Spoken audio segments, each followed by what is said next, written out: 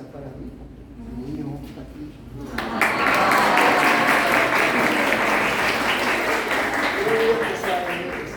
Ya pronto colega. Pronto colega. Ya de vez en cuando no hay medida en un caso, no está libre, pero bueno, más un poco.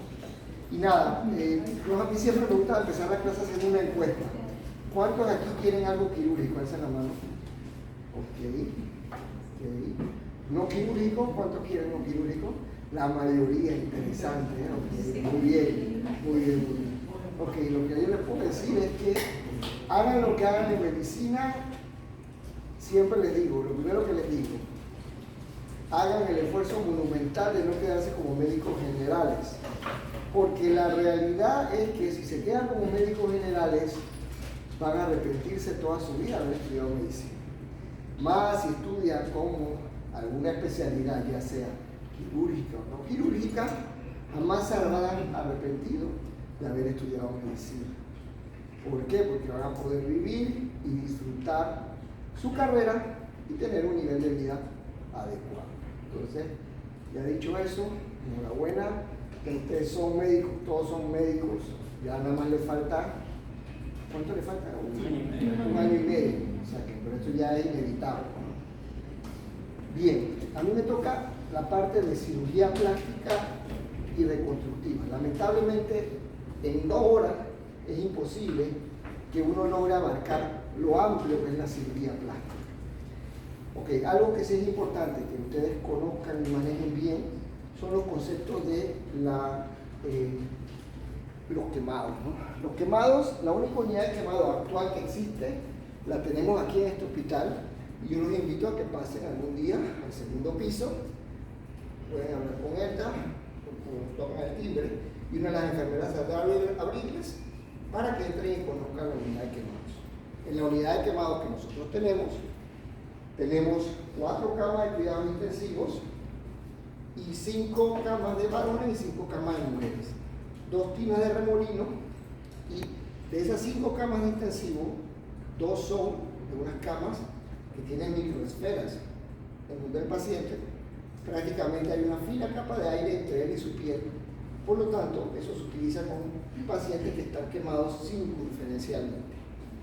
Entonces eso es muy interesante ver, sobre todo ver las microesferas andando, porque siempre las tenemos que tener prendidas, porque si no las microesferas se pegan y se ponen súbitas. Bien, okay, vamos a ver las quemaduras el día de hoy. Esto que ustedes ven aquí es el ABLS, así como existe un ATLS, existe un ABLS. Y la ventaja de este es que para ustedes no tienen que pagar nada, simplemente se meten en el americanborn.org y ustedes pueden bajar el folleto completito a su computadora. Entonces, ¿qué pasa? Porque esto les va a permitir a ustedes, todo lo que yo les voy a hablar ahora está rápido, tenerlo ahí en ese libro.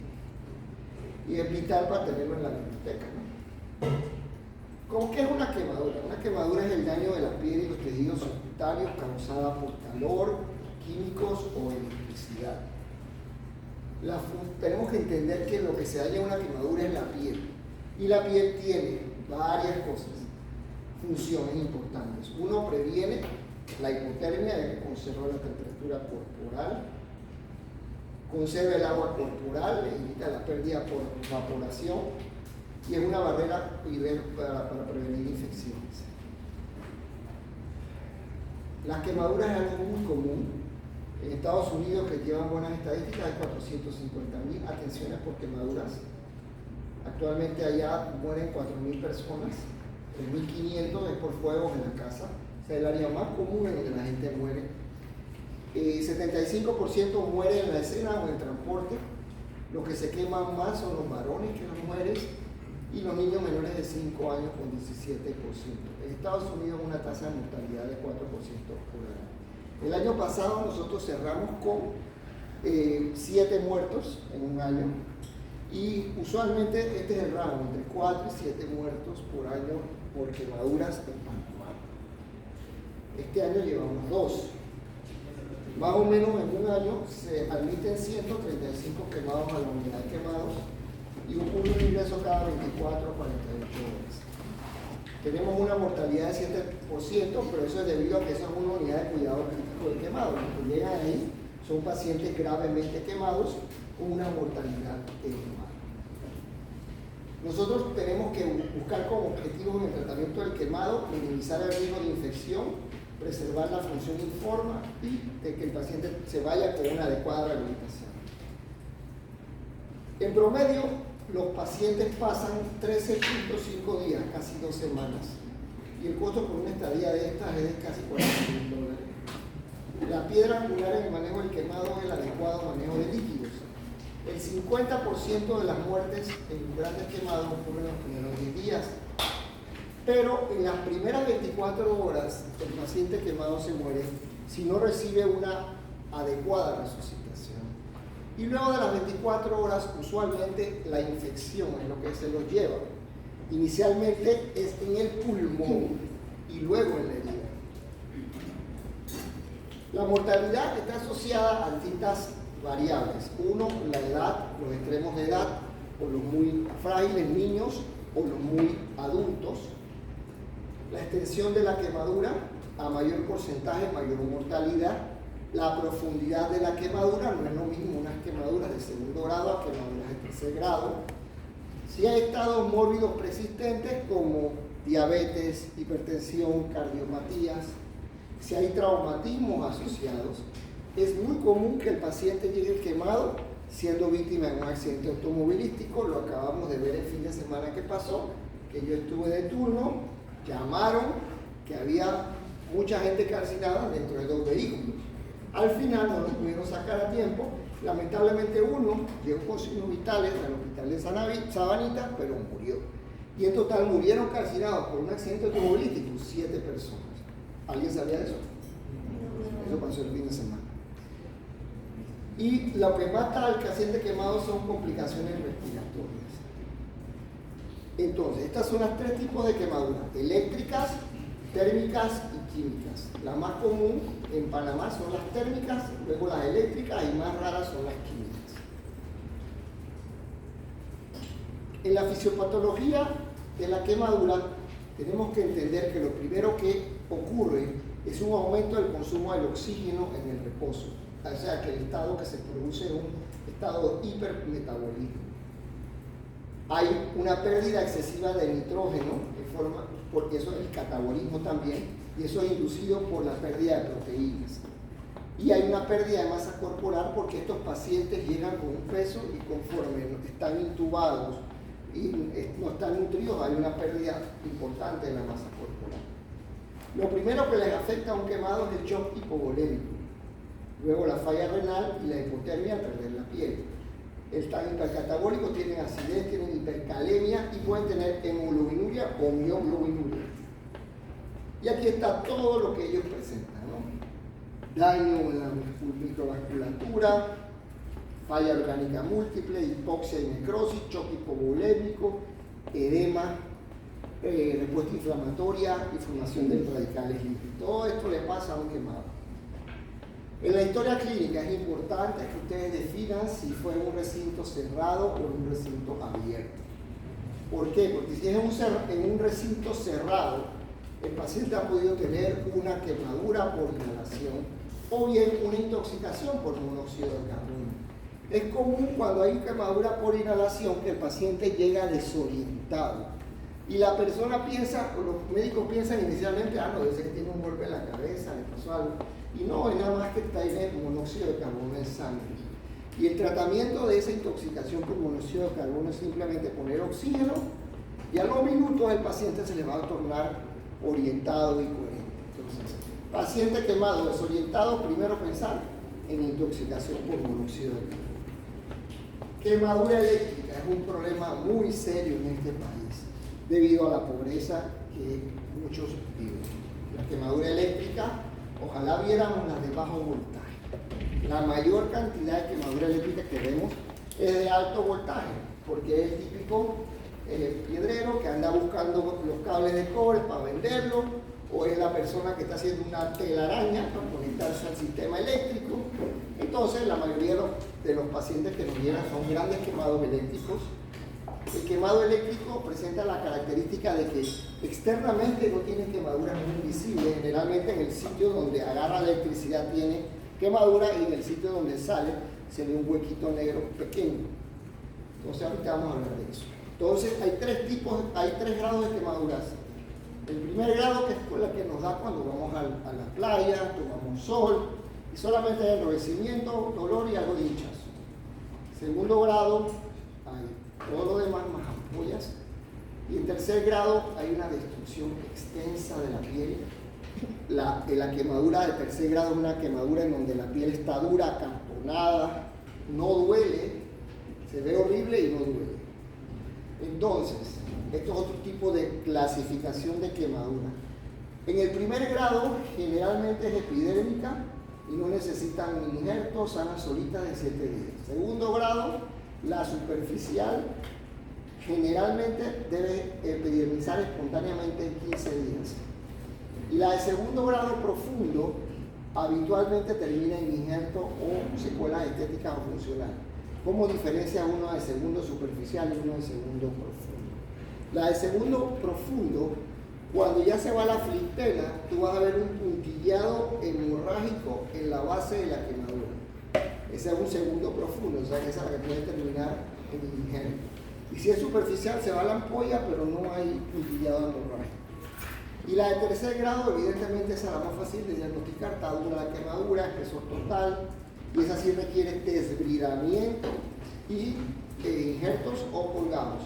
Esto en otros lados lo hacen para evaluar no clínicamente la quemadura, sino con flujometría, estas cosas, pero eso nada más lo traigo acá. Esto es lo más importante, el ABCDE, vía aérea permeable, asegurar que el paciente tenga un adecuado intercambio gaseoso, asegurar que haya una adecuada circulación, hay que evaluar la discapacidad del paciente y luego la exposición, desnudar al paciente y calcular la regla de los 9. Aquí está la regla de los 9, aquí vemos en el adulto, la cabeza 9%, el tórax anterior 18, el tórax posterior 18, el brazo izquierdo 9, el de derecho 9, perineo 1, la pierna derecha 18, la pierna izquierda 18. En el niño, la cabeza tiene un mayor valor, 18%, el tórax es igual que en el adulto, adelante y atrás, los brazos también son iguales, perineo igual 1%, las piernas son más cortas, por tanto es 13.5 y 13.5. Pero, como nadie tiene eso en la cabeza nunca, uno lo que tiene que usar es la palma de la mano. Estás en el cuarto de urgencia, hay varios médicos, llega un quemado, busca la palma de la mano del paciente y averigua quién tenga la palma de la mano del mismo tamaño que la del paciente. Y eso entonces, eso va a representar el 1%. Y sencillamente tú pones la mano sobre las quemaduras. 1, 2, 3, 4, 5, 6, 7 y vas sumando. Y de esa manera calculas cuánto tiene el paciente quemado. Bien, imagínate que tú presencias una quemadura. Remover el sitio de la lesión para detener el fenómeno de la quemadura. Ahora bien, no es que vas a hacer un Avenger y te vas a tirar a donde está el fuego, ¿no? Debes tener precauciones siempre universales. ¿Okay? Entonces eso es importante saber. En el ABCD, el D, para saber la discapacidad del paciente, yo les recomiendo que se aprendan estas iniciales. A, ver si el paciente está alerta, si responde al estímulo verbal, si responde al estímulo doloroso o si no responde. Entonces ahí deben pensar entonces un traumatismo craneoencefálico, un choque hipovolémico. Ok, en caso de la lesión por químico, ¿cuál es la lesión por químico más común aquí que vemos? Generalmente es que utilizan unos químicos a base de ácido sulfúrico, ácido clorhídrico, para limpiar por dentro los tanques de la gasolina. Entonces, ¿qué ocurre? Muchas veces llegan quemados con sus químicos. Y con eso se trata, hay que quitarle la ropa. Si es algún químico en forma de polvo, hay que cepillar la piel porque si no el fenómeno de quemadura continúa. Y continuar irrigación hasta llegar al hospital. Los invito a que vean que en la entrada del cuarto de urgencia en Santo Tomás hay en la ducha. ¿Ustedes la han visto? A mano derecha. Para eso, cuando eso pasa, para que el paciente lo metan ahí, lo bañen y se escurra todo lo que pueda. Y en caso de elección por electricidad, hay que retirar la víctima de la fuente, pero no lo hagan ustedes directamente, si no van a quedar también quemados. Háganlo con una vara de madera o algo así. Hay que apagar la corriente y utilizar instrumentos no conductores. Muy bien. Si ocurre en un lugar cerrado, uno tiene que pensar que fue una combustión, fue una explosión. Entonces, por tanto, puede haber quemadura en el tracto respiratorio, quemadura por inhalación. Si hay edema de la vía aérea, puede llevar a obstrucción. Hay que monitorizar continuamente el estatus respiratorio del paciente. Hay que administrar oxígeno al 100%. Y si hay distrés respiratorio, hay que intubar tempranamente al paciente. Esto es un típico quemado por inhalación. Miren cómo hay edema de la lengua, de los labios, tiene las cejas quemadas, las pestañas quemadas, las córneas quemadas. Entonces este paciente es típico, hay estridor, hay esputo carbonáceo y ahí hay que intubar. Ahora bien, si tú estás en el interior y tú tienes eso, tú tienes que mandar a ese paciente intubado, si no se te va a morir en el trayecto. ¿Okay? Ventilación. Hay que exponer la caja torácica y observar o buscar si hay quemaduras circunferenciales, ¿verdad? Cuando las quemaduras generalmente que producen problemas de expansión del tórax vienen a ser las quemaduras de tercer grado, porque se comportan como si fuera un órgano inelástico, la piel, que ya está cortonado. Y hay que prevenir las quemaduras circunferenciales para evitar los síndromes compartimentales en brazos y piernas. Cuando tenemos un síndrome compartimental hay que hacer lo que se llama una escarotomía. Escarotomía no es una fasciotomía. En la escarotomía tú nada más afectas la piel. Cuando hay en el tórax se hace generalmente a nivel de la línea axilar anterior y en la unión tóraco-abdominal. En los dedos, en los aspectos laterales de cada dedo. Aquí vemos un paciente con una escarotomía en el tórax porque tenía una quemadura circunferencial y tenía problemas para ventilar. Aquí tienes en el brazo, aquí tienes otro en las piernas. En la circulación, aquí hay que medir la presión arterial y pulso, el cálculo de la superficie corporal quemada, o la regla del hotel 1, o la regla de la palma de la mano, o la regla de los 9, y todo paciente debe tener una sonda urinaria y nasogástrica. ¿Cuáles son todas las quemaduras que hay que trasladar? Todas las quemaduras de más del 20% requieren una tasa de infusión prehospitalaria de fluidos. Y para el cálculo hay que calcular la herramienta. Estos son, en términos generales, lo que recomienda la American Society of Burns. 5 años o menos que el paciente vaya trasladado a un lactato a 125 cc por hora. De 6 a 13 años se dobla a 250 cc por hora y 14 años o más 500 cc por hora. La regla de los 9 la calculamos, o bien la regla de la mano, que es el 1%. Por ejemplo, veamos un ejemplo. Tengo un paciente que me llega, yo voy a calcularle 4 cc por kilo de peso por el porcentaje quemado, eso me va a dar los 60 cc en 24 horas. Son cantidades importantes. Ustedes no se asusten cuando digan que en 13 horas hay que pasarle al paciente 13 litros. Esa es la realidad. La mitad en 8 horas usted tiene que calcular el goteo, le decirle a la enfermera que calcule el goteo, y la segunda mitad en 6 horas. Analgesia, porque las quemaduras arden y duelen. Si hay síndrome compartimental, hay que hacer de una vez la escarotomía. Todos los pacientes que no están intubados, oxígeno al 100%. Si es eléctrica, pensar en esto: rabdomiólisis, mioglobinuria, insuficiencia renal. Las proteínas, por las contracciones tónico-clóricas que produce la electricidad, se degradan y se rompen las fibras musculares. Eso libera mioglobina y eso a la orina tapa los túbulos y produce insuficiencia renal. Hay que mantener un flujo urinario alto, más de 100 cc por hora, alcalinizar la harina y desbridar. Se le pone bicarbonato. Esto es mioglobinuria, parece coluria, pero es mioglobina. Okay, generalmente la he visto color Coca-Cola o bien color rojizo franco. Una vez nos llegaron unos Una pregunta, cuando mencionó de que el traslado en los niños de 14 y más años se debe trasladar con un lactato de 500 o sea, 500 por hora, eso independientemente de la superficie corporal que más. No, eran de más de 20%. Okay. Más de 20%. Todos los que tengan más de 20%, pero no importa el peso, sin importar el peso. Ok, eso es como una regla general si estás en una urgencia. Okay. Eso es lo que yo hice, exacto. O sea, sí lo tengo que enviar para el traslado con 500. O no, ya vas a ver, aquí te lo voy a calcular. Mira, ok, esto es para adultos, ok. Los niños tienen otra fórmula, ya la vamos a ver. 4 cc por porcentaje de superficie corporal quemada por el peso, la primera mitad en 8 horas, la segunda mitad en 16 horas. Ok, muchos preguntan, ¿y no se usa cristaloides? Usualmente no. Ya cuando tú necesitas usar cristaloides, es cuando tú tienes quemaduras generalmente de más del 50%. Entonces ahí le pones cristaloides y le añades coloides. Para el coloide hay una fórmula que se llama la fórmula de Bruch. 12 cc por kilo de superficie corporal quemada, eso te da el coloide que le tienes que poner. Aquí hay un ejemplo. Un paciente que tiene 45% del cuerpo quemado y pesa 71 kilos.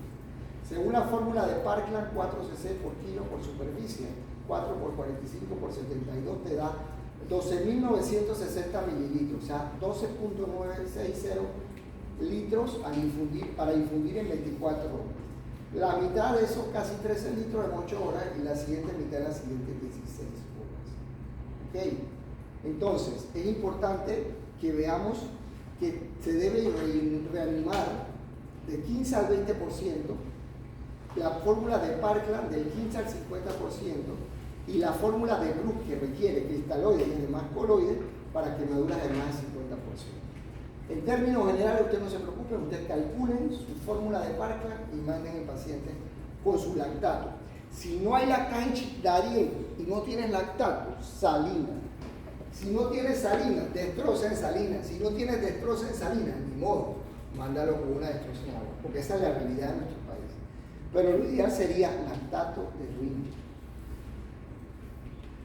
Ok, luego ya cuando tienes más o menos estabilizado, te haces un examen de cabeza a pies, determinas otros traumas, evaluación neurológica.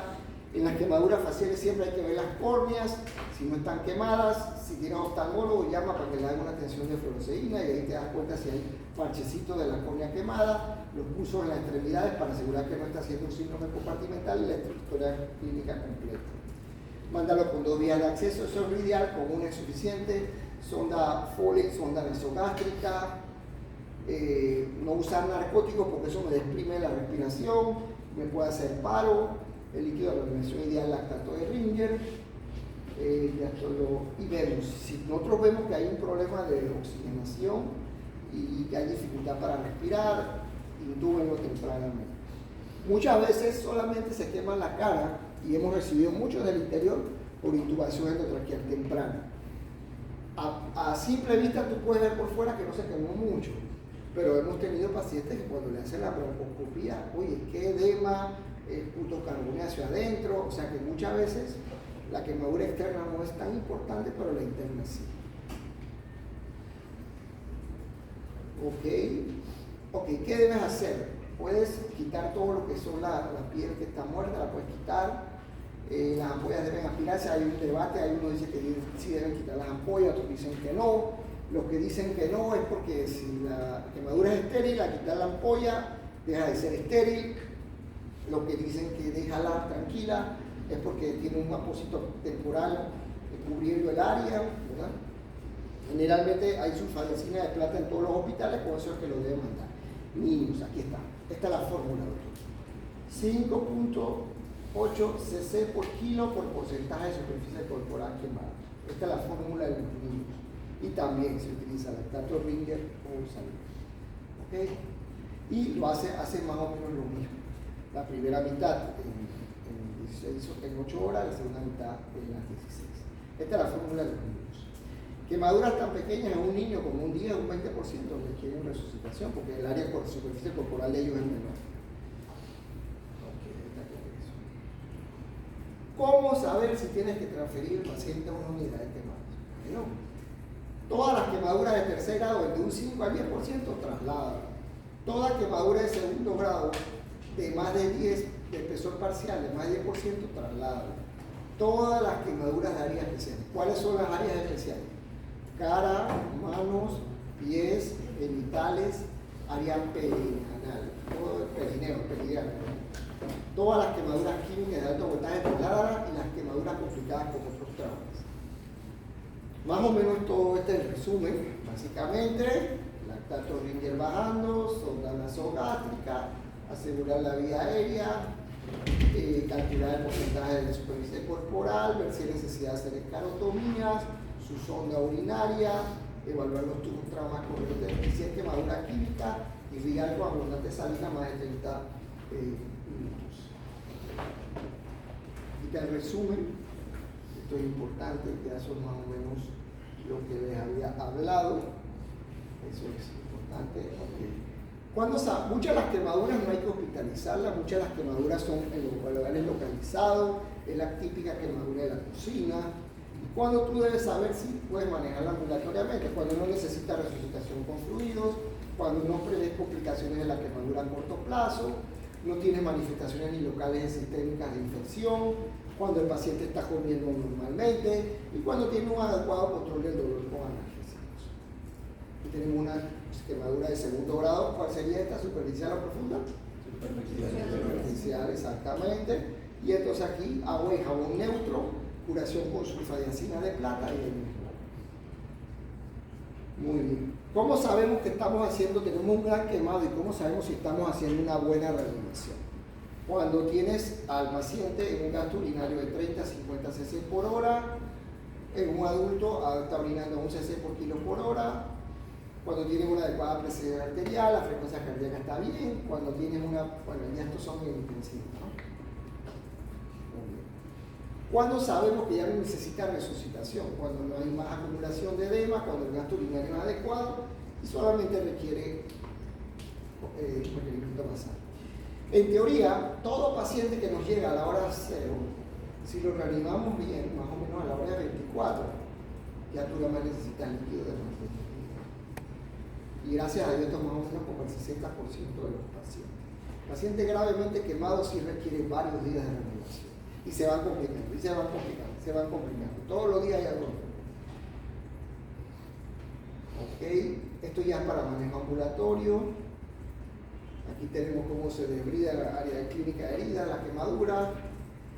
Ahí vemos las evoluciones. Primero se les hace como si fuera unas costras, ¿verdad? Entonces esa una la va curando hasta que las costras se van cayendo. Luego pasa una etapa de enrojecimiento con como espinillas múltiples, como pustulitas, y luego queda así. Toda quemadura deja secuela, toda quemadura de segundo grado deja secuela. Eso hay que hacérselo ver al paciente cuando se quemó. ¿Por qué? Porque el paciente piensa que a pesar de que se quemó serio y esto fue por culpa del médico. Entonces, eso hay que hacérselo ver desde que lo tienes ahí. Toda quemada tiene secuelas, toda quemadura tiene secuelas. ¿Ok? Por ejemplo, la dueña del BAC es una nicaragüense. Yo tuve un accidente aéreo, yo la conocí y ya tenía quemado todo el brazo.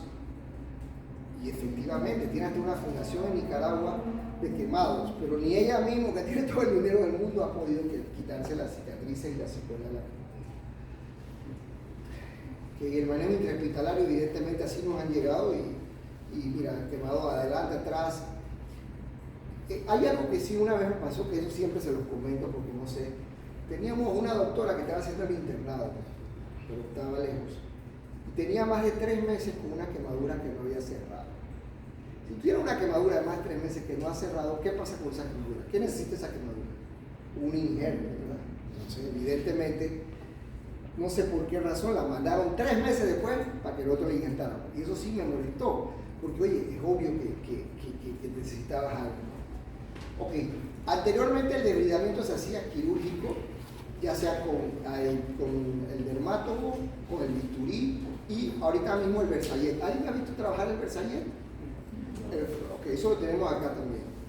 Y también el enzimático, que se utilizan proteasas de origen bacteriano.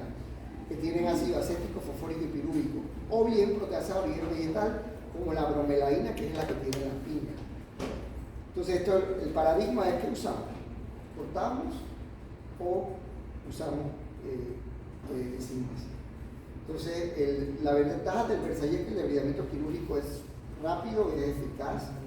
Eso eso usa el principio de Bertulli y lo que hace es que produce un desbridamiento superficial del área.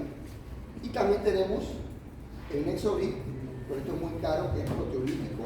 Tú lo pones, tienes que darle una buena analgesia porque eso les arde mucho y entonces tienes después que cambiarse.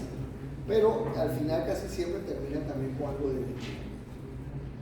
Por ejemplo, este es un caso de Nexobrid, el paciente sufrió quemadura de segundo grado profundo, se le aplicó entonces el Nexobrid sobre las áreas quemadas y básicamente se le debridaron las quemaduras por el efecto proteolítico del Nexobrid y no requirió entonces injerto.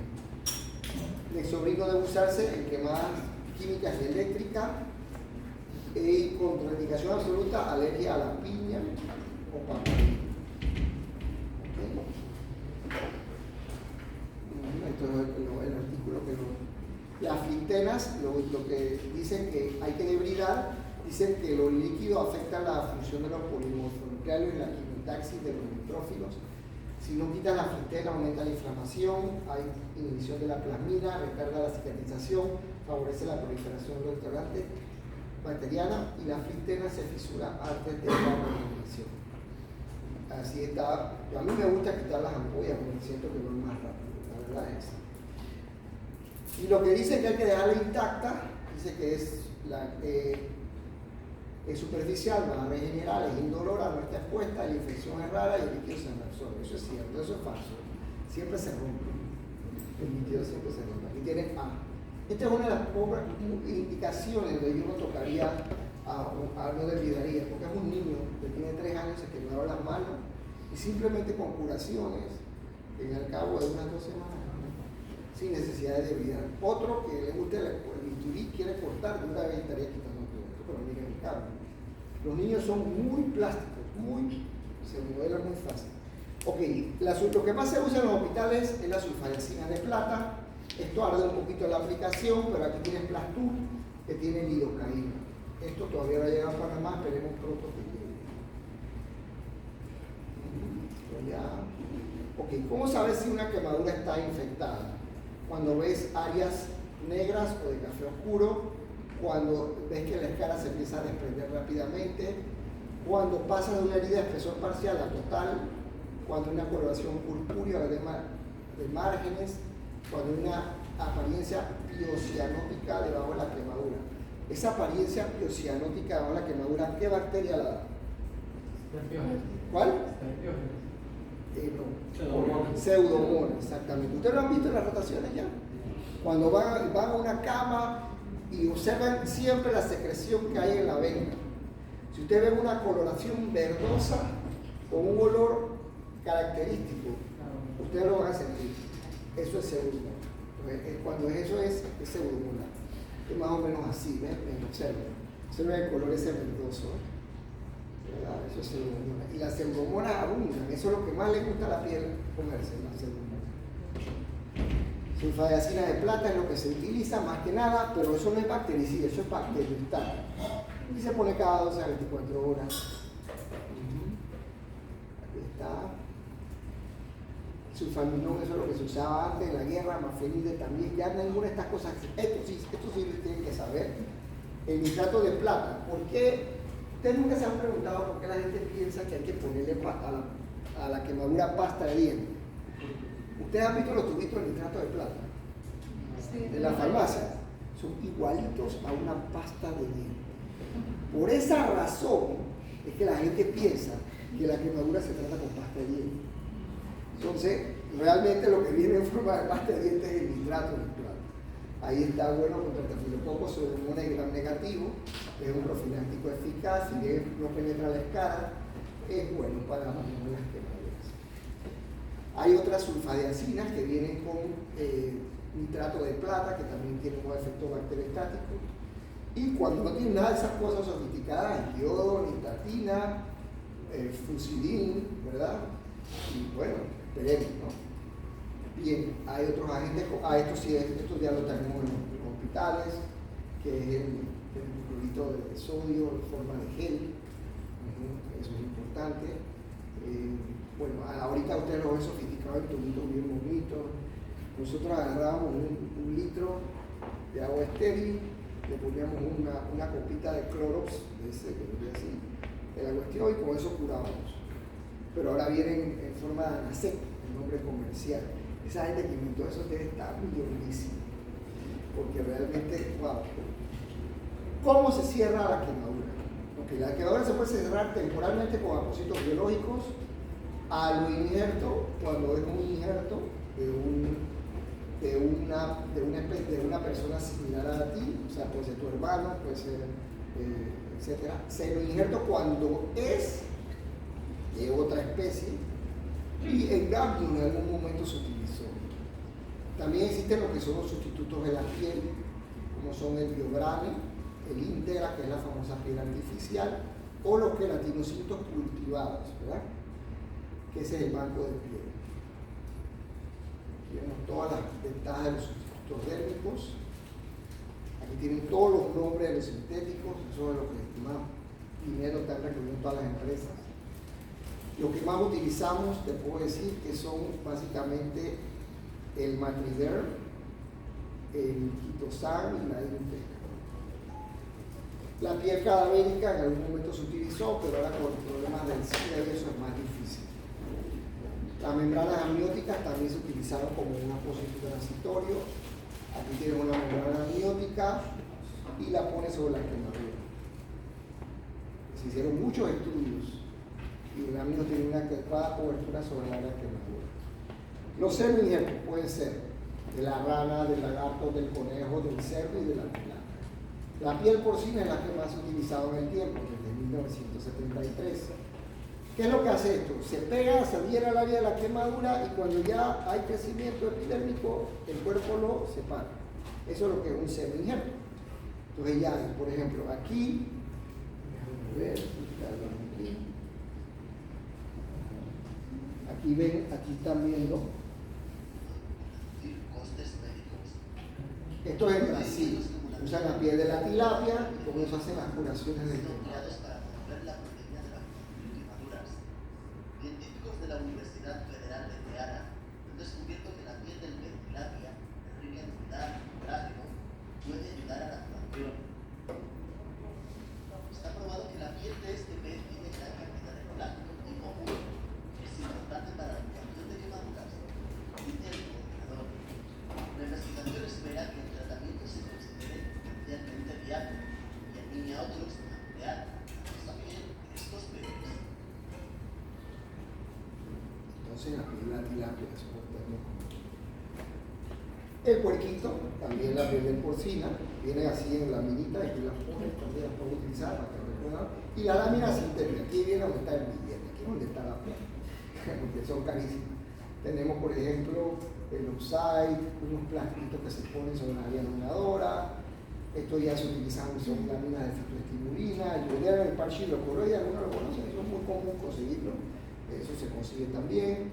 Las quemaduras pueden ser, las curaciones pueden ser secas y húmedas. Esto estamos hablando de curaciones húmedas. Entonces la lámina sintética Bioderm. Y cuando tenemos un defecto de la dermis, podemos poner Matriderm. Matriderm es una matriz de colágena que lo que va a hacer es que todas las estructuras que necesitamos en la dermis crezcan a través de ella. Y puedes poner un injerto inmediatamente. Por ejemplo, ¿dónde debes poner Matriderm? En todas las superficies de flexión e extensión. Porque ahí tú necesitas que la piel quede flexible. Si tú nada más pones un injerto en un área así, quemada, va a generar una reflexión. Pero si le pones sobre el área de flexión quemada una matriz dérmica, el paciente va a quedar con más flexibilidad. ¿Verdad? También cuando hay, por ejemplo, problemas de cuero cabelludo, quemaduras de cuero cabelludo, tú debridas, le abres hoyitos a la tabla externa y por ahí va a crecer, de la médula crece entonces granula y puedes poner Matriderm y aquí vemos entonces, aquí atrás, aquí está pues, Entonces, la piel artificial, esto es lo que más cuesta caro. Lo hemos utilizado bastante, pero eso se usa por gente. O sea, cuando hay, por ejemplo, secuelas de quemadura en operaciones sonoridas, se utiliza.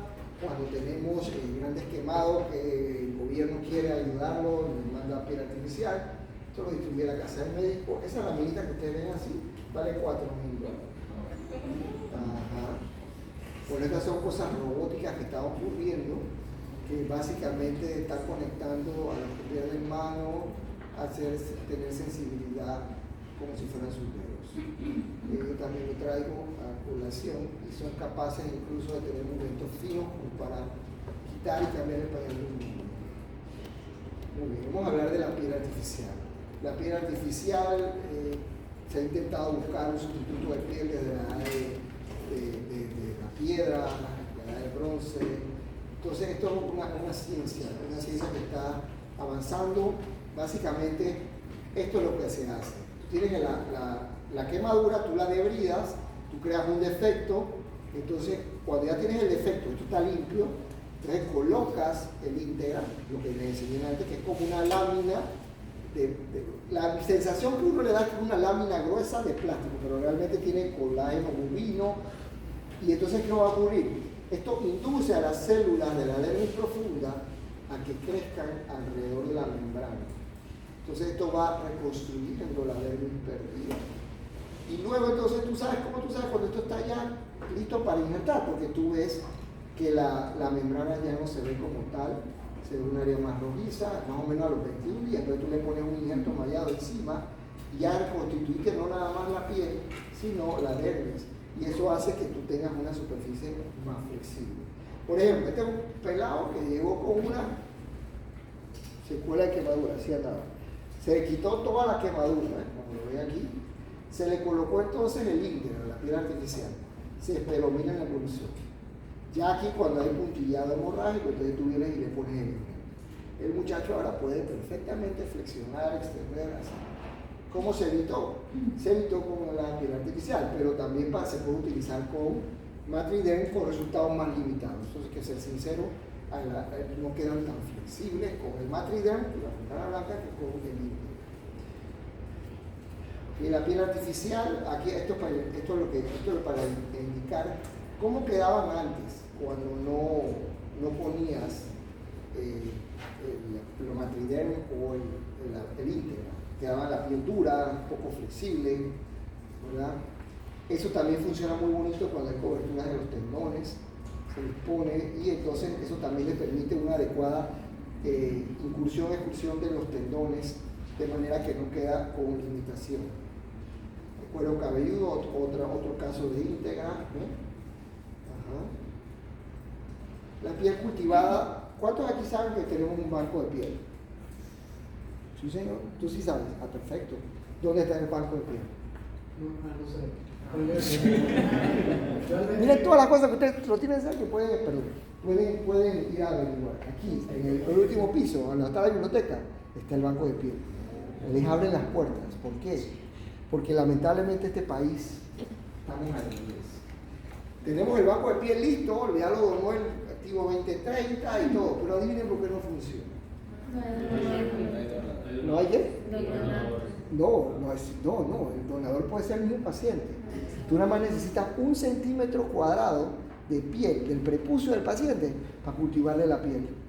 El problema no es ese, el problema es que no nombran al citotecnólogo, no nombran al personal. ¿Okay? Entonces tenemos un banco de piel a todo meter, que está ganando polvo ahí y no lo ponen a funcionar. Entonces aquí no es nada más hacer las estructuras, sino garantizar el personal. ¿Qué es lo que está pasando en la ciudad de San? Entonces aquí estamos comprando unos 180 millones de abril. Este país está al revés. Bueno. Piel cultivada. La piel cultivada tú agarras 1 centímetro cuadrado del prepucio del paciente y lo metes al banco de piel. Y de ahí ellos se reproducen. Este es el banco de piel del Hospital del Niño. Miren, aquí está el banco de piel del Hospital del Niño. Ahí está nada más la secretaria, porque está nombrada, porque son del patronato del Hospital del Niño. Mira qué bonito, aquí es donde tendrían que estar los citotecnólogos creando las planchas con los cultivos de la piel de los pacientes. Aquí es más o menos, Aquí las tienes, o sea, tú agarras 1 centímetro cuadrado, el citotecnólogo va creando cultivos celulares y luego los pones sobre láminas que estimulan el crecimiento de las células. ¿Cuál es la célula que se cultiva? Queratinocitos. Si se acuerdan de la fisiología de la piel, la célula regeneradora del epitelio es el queratinocito, eso está en el estrato basal. Entonces, eso es lo que cultivamos, queratinocitos sobre láminas. Dígame, doctor. Y si una persona hipotéticamente no tiene recursos, No, en cualquier área, donde tú tengas un área sana. Muy bueno. Hey, en cualquier área, donde tú veas 1 centímetro cuadrado de piel sana, saca. 1 centímetro cuadrado de piel sana, hasta el gran quemado tiene. Hey, eso es importante. Buena pregunta. Mira, ahí están las láminas, y luego entonces pones las láminas sobre las áreas quemadas. Las dejas tranquilas allí. En unas 2-3 semanas, cuando ya quitas la lámina, ya tienes piel, porque los queratinocitos se pegan. Y la forma más rápida, que ya la que usamos más comúnmente, son los injertos cutáneos. Eso es lo que van a ver en sus rotaciones en hospitales. Los injertos cutáneos pueden ser de espesor parcial o espesor total. Espesor parcial es epidermis y parte de dermis, y espesor total es epidermis y toda la dermis. Entonces pueden ser delgados, medianos o gruesos, los de espesor parcial, dependiendo del grosor de la dermis. Entonces este es el término que ustedes deben aprenderse. Autoinjerto, cuando proviene del mismo individuo, que es lo que más comúnmente hacemos en el hospital, que programamos toma y aplicación de autoinjerto de piel, que son autoinjertos, isoinjerto cuando son gemelos, aloinjerto o homoinjerto provienen de individuos de la misma especie, y el seroinjerto o heteroinjerto cuando provienen de individuos de distintas especies. Aquí está más o menos la explicación. Los injertos pueden ser finos, medianos y gruesos. Eso lo hace con un aparato que se llama Packer. Y las 3 fases de cómo se pega el injerto son inhibición plasmática, que se nutre del suero del paciente, luego empiezan a crecer yemas capilares del lecho receptor el injerto, y luego hay revascularización y neoformación de nuevos vasos. La primera ocurre tras 24 a 48 horas. A partir de las 72 horas empieza el crecimiento de yemas vasculares y de capilares. Y el fenómeno de revascularización son 3 teorías: anastomosis de los vasos del injerto persistente y vasos lecho receptor, neoformación de capilares de la zona donadora, combinación de vasos muy viejos, pero se dice que antes de los 5 días el injerto está adherido, pero luego de los 5 días se puede decir que ya está prendido. Por eso es que ustedes ven que cuando tomamos un injerto, dejamos cubierto el injerto 5 días. No tocan el área injertada, solamente cambian la área donadora. Eso se lo digo porque pasa que van el fin de semana a curar a las salas, en su internado, tal vez tú el fin de semana, y esta área tiene mucha fibrina, y hacen así, quitan el injerto. Me ha pasado. Por ejemplo, ya esta piel está súper granulada. Lo más importante para que un injerto pegue es que el lecho receptor esté sano. Significa entonces de que no tenga secreción, no huela mal y tenga cultivos negativos. Entonces este es el dermatomo del Packer, Zimmer. Aquí estamos tomando un injerto. Hay una cuestión que se llama mallador, que es este aparato que ustedes ven aquí, y si el injerto es así, lo puedes poner 3 a 1, 4 a 1, incluso 6 a 1. Ese es un mallador, y luego lo puedes fijar con grapitas, que es lo más rápido, y la posición funcional de la quemadura es muy importante. El cuello siempre es una extensión. Si una persona tiene una quemadura en el cuello, tiene que tener un cuello ortopédico. Si no, la retracción que provoca la cicatrización va a hacer que el paciente haga así. En la axila, 90 grados, usted si ve que hay quemado en la axila, en la unidad de quemado, lo va a caminar así. Codo, 140 grados en flexión, las interfalángicas en flexión, el pulgar en abducción, la rodilla en extensión y los miembros elevados. Nosotros tenemos ahí en el área de quemado 2 tinas de remolino. Con eso realizamos la desviación mecánica de los pacientes. Eso nos ayuda mucho a no tener que estar llevando tanto al quirófano. Si bien es cierto la hidroterapia tiene inconveniente que pueda haber infección cruzada, también es cierto que nos ayuda mucho al mover los pacientes. Quemadura facial. La quemadura facial siempre me dice, pero ¿y por qué no lo cubre? Eso no se cubre. Miren cómo qué feo se ve. Eso se ve horrible, realmente horrible. Tú dices, ay Dios mío, ¿qué va a pasar aquí? Pero realmente cuando se hace con cura expuesta evoluciona más rápido que si los pones con cura cerrada. Se le hacen unas costras horriblísimas, pero cuando el paciente va evolucionando, las cosas van cambiando. Miren, mira acá cómo estaba, como vino acá, se fue descamando y mira cómo acá. ¿Verdad? Siempre en las áreas expuestas como genital y perineo, recomendamos también tenerla abierta porque es un área húmeda.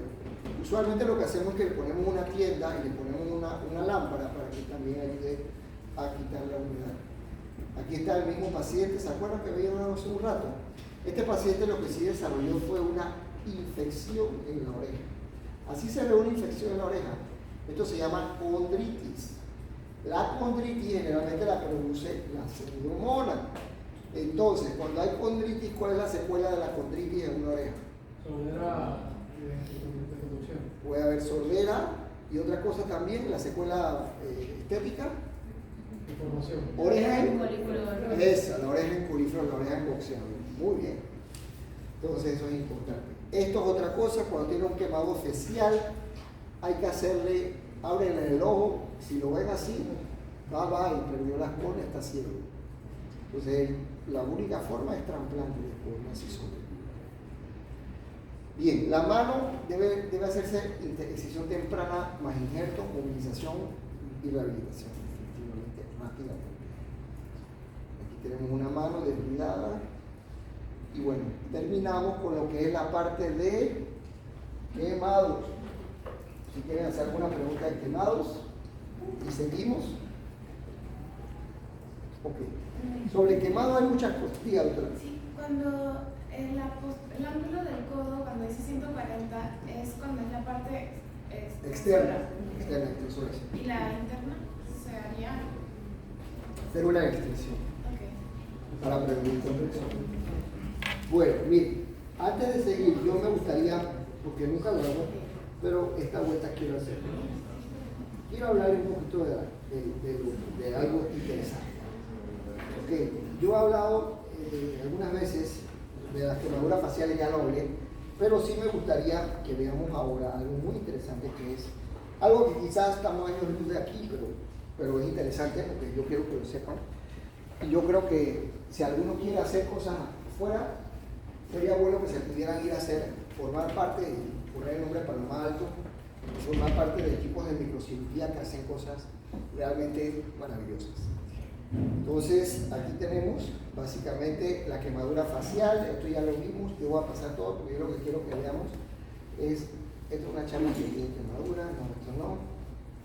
Esto es para que veamos nada más el caso. Mira, esto ya lo vimos, todo esto lo vimos ya. Esto déjame pasar acá, esto ya lo vimos.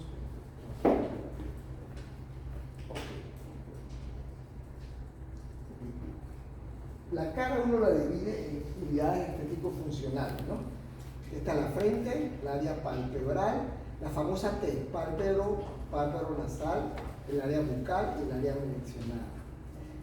¿Okay? Estas áreas son las más delicadas, ¿no? Entonces esto es importante que lo tengamos presente en la reconstrucción.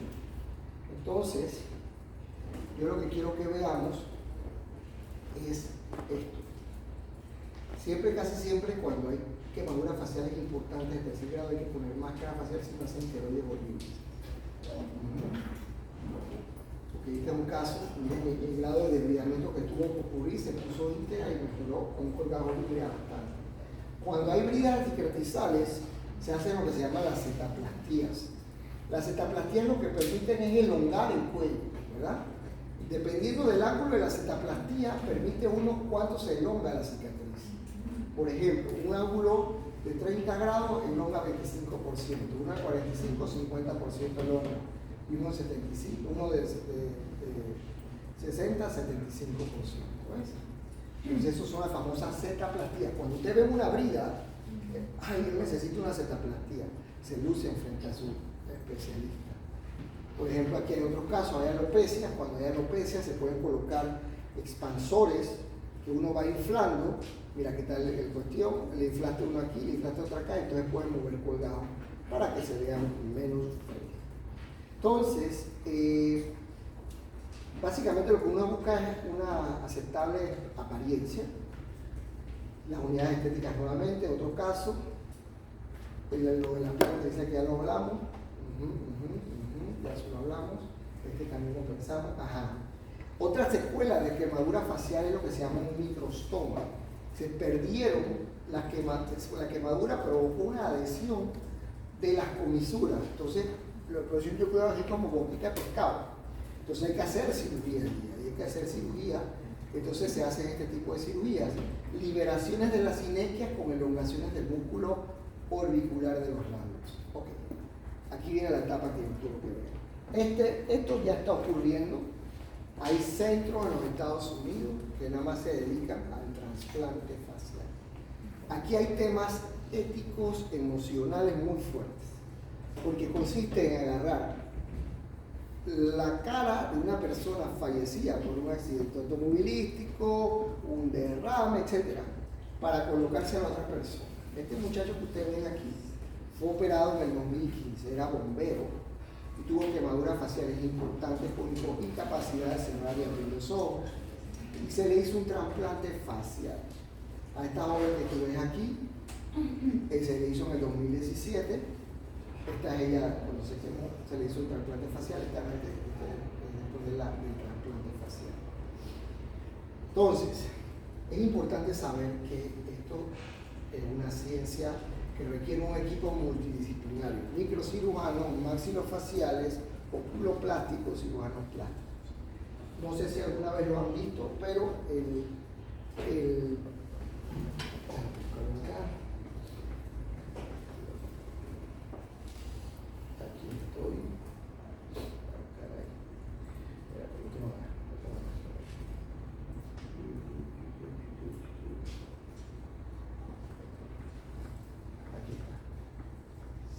to three portions.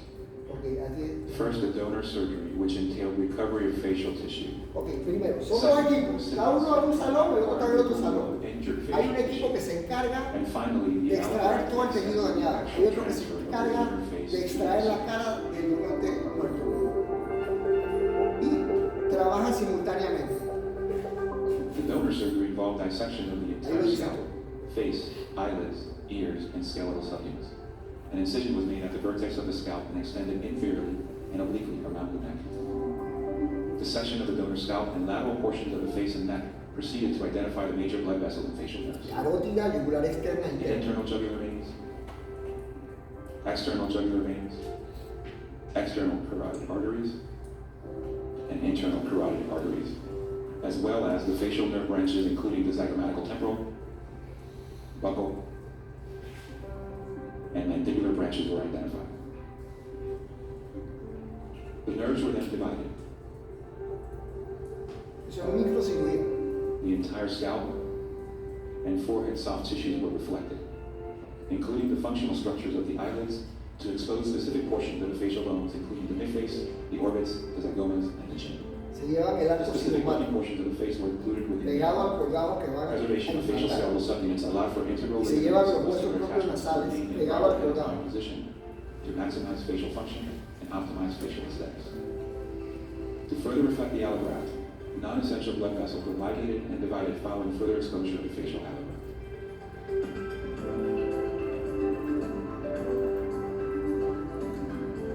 The mental nerves were divided and included in the allograft to maximize sensation to the lower lip. A chin osteotomy was then made to provide mandibular projection and preserve insertions of facial muscles that would retain jaw contour and prevent facial droop. Parece mentira, parece ciencia Concurrently, the ficción. recipient underwent surgery to recreate a defect for precise adaptation of the donor facial allograft. This entailed removal of all 27 horas de external scar sesión, tissue throughout the 27. scalp, face, eyelids, and ears. 50% de mortalidad para el paciente receptor. Eso es una disección. Mid-face skeletal osteotomies were designed in a manner to precisely match the mid-face skeletal osteotomies of the donor facial allograft. The same procedure was completed for the chin. The face and neck were dissected to identify the major blood vessels and facial nerves in preparation for allograft consent. Returning to the donor, final liberation of the donor allograft was completed by ligation and division of the major vascular pedicles perfusing the allograft. Evidentemente hay estudios de The histocompatibilidad. donor allograft was then transferred to the recipient room. Rigid fixation was completed at all sites of bony contact between the donor facial skeleton and the recipient facial skeleton. The chin was also rigidly fixed in place, followed by mental nerve coaptation for sensory restoration. The midface was opposed to the recipient defect. The donor orbitozygomatic bones were fixed to the orbitozygomatic regions of the recipient bilaterally. In an effort to minimize ischemia time, the blood vessels of the donor allograft were microscopically anastomosed to the donor vessels, restoring perfusion to the allograft. The upper and lower eyelids of the allograft were then redraped and sutured to the recipient. The nasal and oral mucosa were subsequently sutured into position as well. The remainder of the facial allograft was redraped and tailored to completely restore the entire recipient defect, including the scalp, face, eyelids, ears, and skeletal subunits.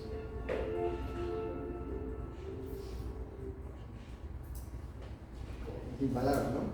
Y adivinen quién lo hizo en Nueva York, un latino, apellido Ortiz, que comanda ahora la unidad de reconstrucción de cara que está recibiendo pacientes de todo el mundo y intentan de hacer por lo menos una al mes porque es muy complicado. Y bueno, así como hay unidades en Nueva York, ahorita mismo hay en Texas, hay otra en Filadelfia. El mensaje es que se necesitan microcirujanos en el mundo. Pero muy poca gente hace microcirugía. ¿Por qué? Porque ¿de qué vas a vivir en un país como el nuestro? Con microcirugía no se puede, o sea, eso es imposible.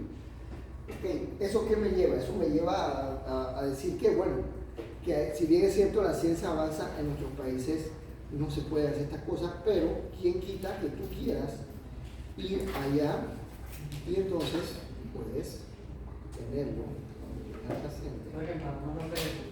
No, en Panamá no jamás, eso no se hace. Este es el paciente que vimos, ¿se acuerdan? Sí. Mira, lástima que el video, yo pensé que lo tenía ahí, pero no. Pero lo pueden ver ahí. El paciente mueve los párpados, si bien es cierto, no es una mímica fina y perfecta. Él dice, lo que a él más le gusta es que puede cerrar y abrir sus ojos, que antes no podía. Y siente que, si bien es cierto, no siente la piel mucho. Él dice que puede abrir la boca, cerrar la boca, o sea que antes tenía más limitación. Ahora bien, estos pacientes tienen que estar en terapia inmunosupresiva, que ahí es donde viene el problema. La otra muchacha que le hicieron trasplante facial murió de una infección. Entonces, una cosa como, digo, nosotros no somos, los seres humanos no somos dioses, pero esto es lo más cercano a la chuleta. ¿Se acuerdan de esa película Face Off? ¿La vieron? Ok, bueno, vamos a la parte final para que ya nos vayamos a ver juego, ¿verdad? Todavía no hemos visto. Viene acá ahora sí.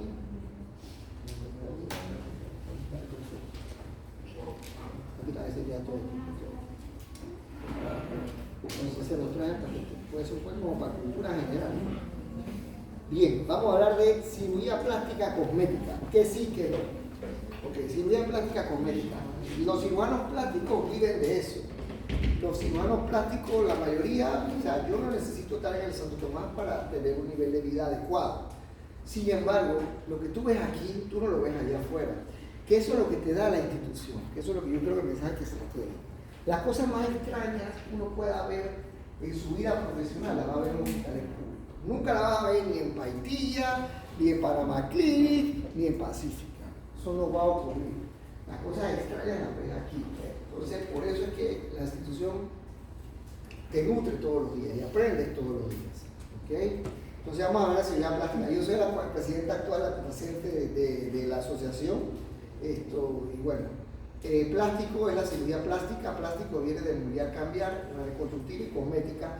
Lástima que no podemos hablar mucho, ya hablamos de las quemaduras, que es lo que usted necesita saber.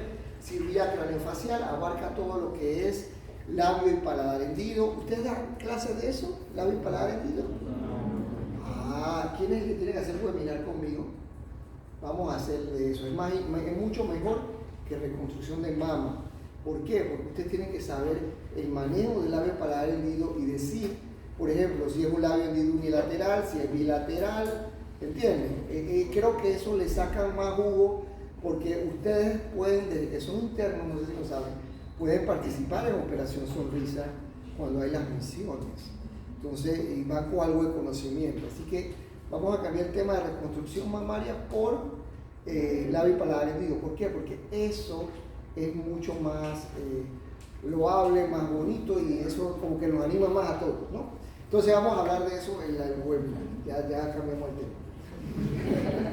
Ok, entonces craniofacial, síndrome de Cruzón, síndrome de Treacher-Collins, síndrome de otro Klinefelter, todas estas cosas. Todos los traumas con defectos deformantes es lo que más hacemos allá, huecos en la tibia, huecos en la boca popliteo, colgados musculares, etc. Microcirugía, lo que vieron en antes, la reconstrucción por cáncer, que eso generalmente se hace en imagen en el culo. Bien, la cirugía plástica cosmética. Estos son los procedimientos que más o menos abarcan la cirugía plástica. A nivel de los párpados se llama blefaroplastía, a nivel de la nariz, rinoplastía, a nivel de los pómulos, el estiramiento facial, a nivel del cuerpo, la cirugía de la mama, la mamoplastía de aumento, o algunas que quieren retirarse, reducción mamaria, la liposucción también, cuando quieren mejorar contorno, la abdominoplastía, cuando han tenido sus hijos y tienen flacidez en el abdomen, y la cirugía posbariátrica de los posbariátricos que han perdido peso. Entonces, esto es para decirles que el sentido de la belleza es un fenómeno cultural. Lo que es bello aquí no es bello allá en Marruecos y viceversa, no es bello en Japón, no es bello en Marbella, España. Acá somos senos grandes, allá les gustan senos pequeños. Las que yo veo más o menos parecidas son las brasileñas, estas sí están todas operadas increíblemente. Entonces, ¿estos son ideales estéticos? Definitivamente que no. Aquí están todos, lo que ustedes ven aquí son los excesos de la cirugía plástica, pero reactivamente, lamentablemente lo que ha pasado aquí es que ellos tienen un trastorno dismórfico. Eso es importante que lo reconozcan. Hay una persona que está siempre, toda persona que se hace más de 3 selfies en un día tiene un síndrome de dismórfico. ¿Conocen a alguien? 3 selfies en un día? No.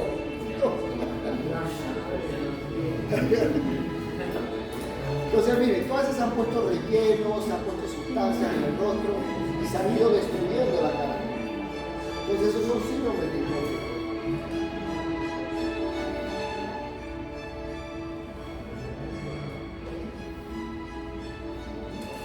Ella todo el dinero del mundo, durante la Versace, todo el dinero del mundo. Miren eso.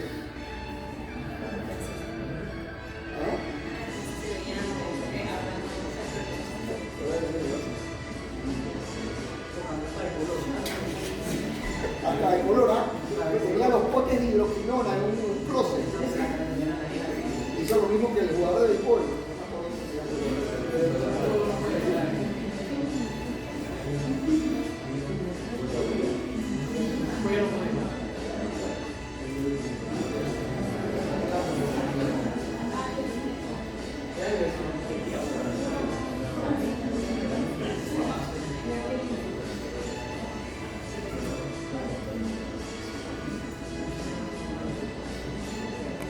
Que no siempre que el exceso de dinero embrutece, te pone a hacer pendejada.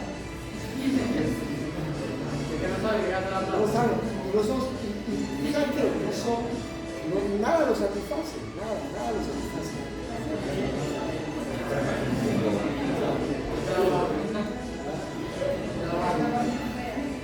¿Quién ha visto ahora mismo a Pamela Anderson? ¿Alguien la ha visto? Sí. ¿La ha visto? Esta es la prolija.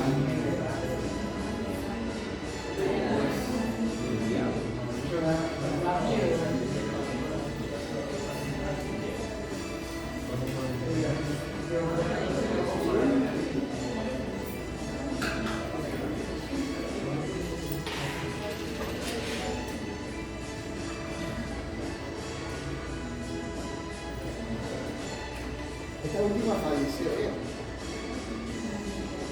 Y ese rostro viene.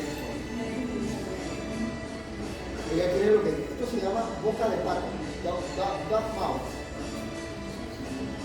Mucho relleno. Si yo tuviera más plata que puedo gastar, yo capaz me haría 2 o 3 Pero con gusto, ¿no? Cuando yo rechazo una paciente, cuando viene por un mismo tema y se ha operado 2 veces, ya yo no la opero. Eso es importante. Miren este caso. Pero en teoría ustedes no deberían hacer como un filtro psiquiátrico para poder... Claro.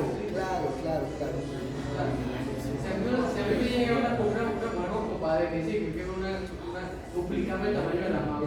Tiene eso. El linfedema que se produce. Eso yo la rechazo. Ok, bien. ¿Se acuerdan que hablaba de los equipos y eso? Actualmente hay un doctor, pueden buscarlo en Instagram, se llama Guillermo del Corral, egresado de aquí.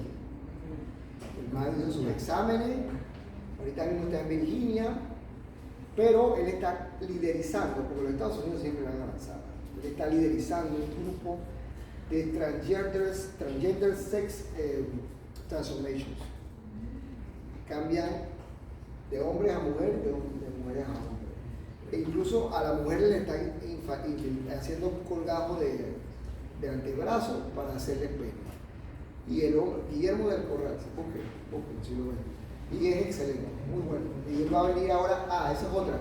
Tenemos un congreso en abril del otro año que vienen 800 cirujanos plásticos, al cual están todos ustedes cordialmente invitados para que vayan a ver. Entonces ahí lo pueden ver. Ok, estadísticas por país. Todos pensarían que es Estados Unidos, que es Colombia, Venezuela. No, miren quiénes son los que más operan. Los coreanos, siguen los griegos, después los italianos, después los brasileños, después los colombianos, después Estados Unidos, etc. Pero es interesante saber que los coreanos son los que más se operan. En Corea hay más clínicas de cirugía plástica en cualquier parte del mundo. Existe lo que se llama el Gangnam Style. El Gangnam Style es un área como si fuera la peatonal, en donde hay más de 900 clínicas estéticas. Y son consultores así localitos y hacen la cirugía ahí. Gangnam Style se llama. Es la mayor densidad de cirujanos plásticos por metro cuadrado.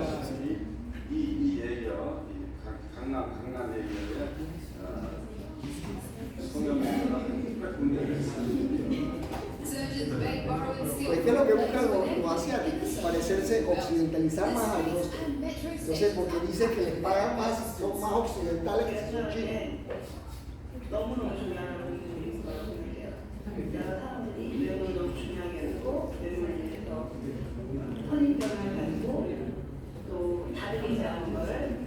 너무 그런 거를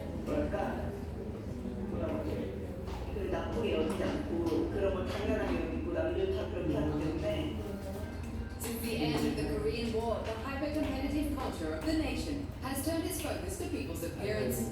The general belief is that with a more Western face, a better life will follow. Now, 1 in every 77 people are reported to have gone under the knife. Se hace rinoplastia, estiramiento facial, cirugía de mentón. De todo lo que es facial es lo que más se hace. Ok, esto es para ilustrar básicamente qué es lo que más se hace. Bueno, la tendencia es que los procedimientos cosméticos no quirúrgicos están por encima de los quirúrgicos, ¿no? Pero no por mucha diferencia, ¿no? Aquí está el tiempo, se ha mantenido. De los quirúrgicos, lo que más se hace es la liposucción, luego el aumento mamario, luego la cirugía de los párpados, luego la cirugía del mummy makeover, que es la abdominoplastia, y la rinoplastia. Entonces, de los no quirúrgicos, lo que más se pone la gente es Botox, seguido del ácido hialurónico, para los surcos nasogenianos, todo lo que es depilación, todo lo que es microdermoplación y fotorrejuvenecimiento. Muy bien. Esto es la tendencia más o menos que va en ascenso de los procedimientos quirúrgicos. Algunos no cambian mucho, como tenemos los párpados que no cambian mucho, pero mucha gente está haciendo lipo, mucha gente está haciendo un mamario, mucha gente está haciendo párpados, mucha gente está haciendo abdomen, nariz. O sea, que es una tendencia que va al alza. Por ejemplo, yo ahorita antes de llegar aquí tuve consulta de 11 a 3 y 5 pacientes. Qué bien. Una que quiere hacerse recambio de implantes con levantamiento. Otra que se quiere hacer un lifting facial con blefaroplastia. Un muchacho que tuvo una laparotomía por un accidente de tránsito en un carnaval, que perdió el vaso y que tiene una hernia umbilical y una hernia ventral. Quiere que haga la plástica de la cicatriz adelante y que le saque grasa de aquí, de acá y que le haga los párpados porque tiene 44 años y se ve viejo. Todo eso es muy bien.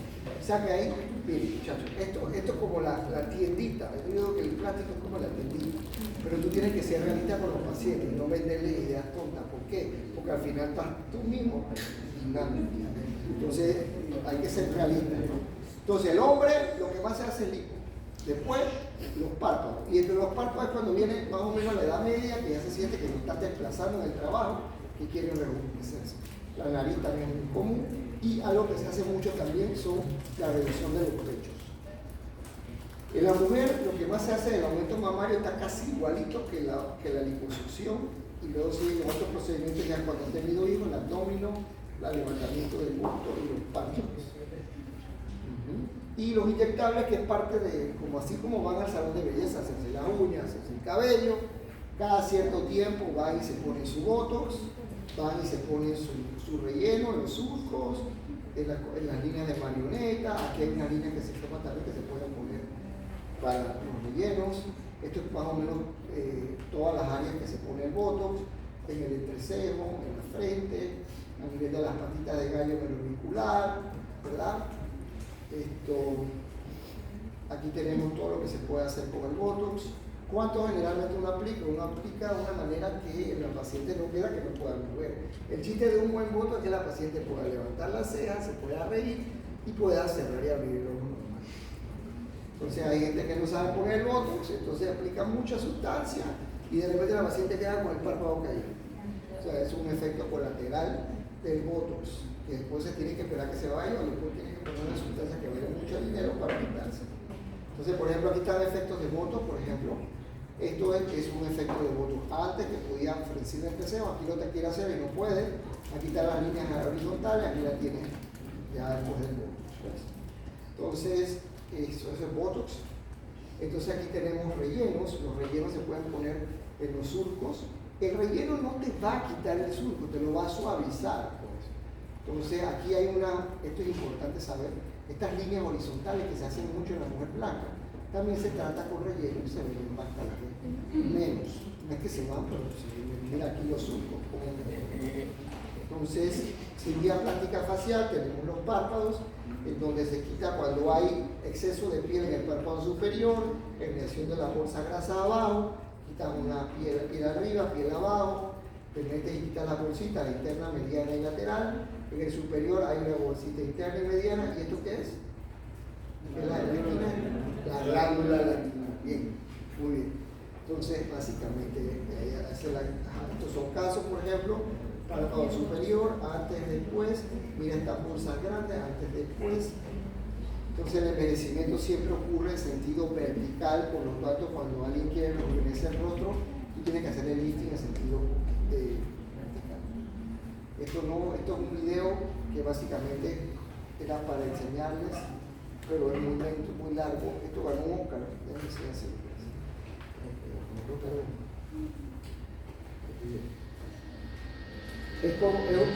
Este video ganó un Oscar.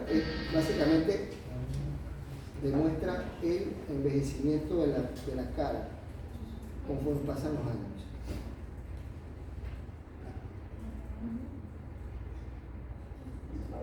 Se llama Daniel, lo pueden ver con calma, dura casi 20 minutos. Algo se pasa rápido. Entonces, bien, seguimos acá. Entonces, cuando hay envejecimiento de la piel, de la cara, se hace un lifting. El lifting de la mejilla y el cuello.